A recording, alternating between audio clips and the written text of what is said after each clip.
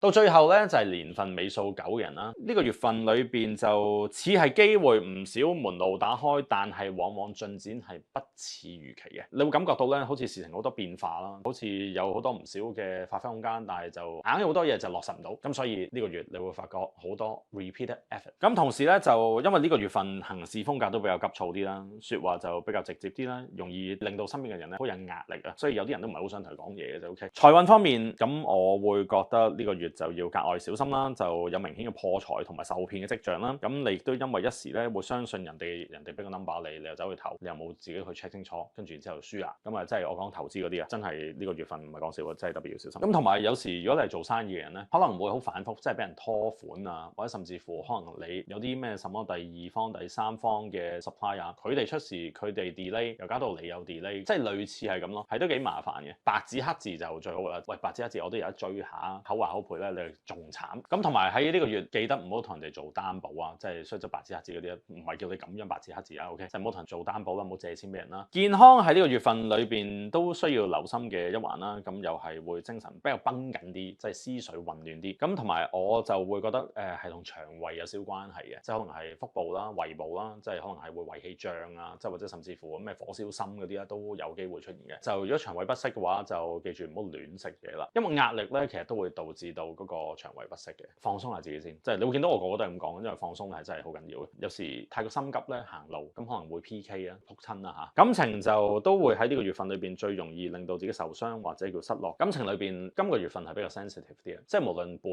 侶講任何一句嘢，認住佢係咪咁樣睇我，佢咁樣咩意思？我會建議你咧就喺呢個月就唔好過分去分析對方講嘅嘢先，慢慢喺行動上面你睇下佢究竟係同佢講嘅嘢係咪一模一樣。咁單身嘅人咧就確實都係有機會認識到新嘅對象嘅，可能初期咧就比較唔錯，但係之後咧往往又好似發展唔到，成件事好反覆啊。開頭好好咁，跟住之後追下就俾人無啦啦 friend 鬆咗，就變咗朋友啦。拖又唔係，太快咧又唔係，咁所以咧嗰種叫無力感咧就係咁樣嚟。有伴侶嘅人咧就可能都係要反反覆覆溝通啦，即係可能有好多小交咧就會鬧嘅，今日就鬧呢個洗碗，聽日咧就鬧湊個仔翻學，即係好多啲咪鬧交嘅反反覆覆。你想 break 呢個 loop 咧，即係我唔係話認低威啦，即係可能係行開一陣冷靜下，咁大家唔好再咁樣 repeat 咧喺鬧同一樣嘢咁就得㗎啦。因為咧有時可能係因為小事化大，咁就大事就變鬧大交，跟住然之後又嗌離婚又成咁樣，咁啊好無謂㗎。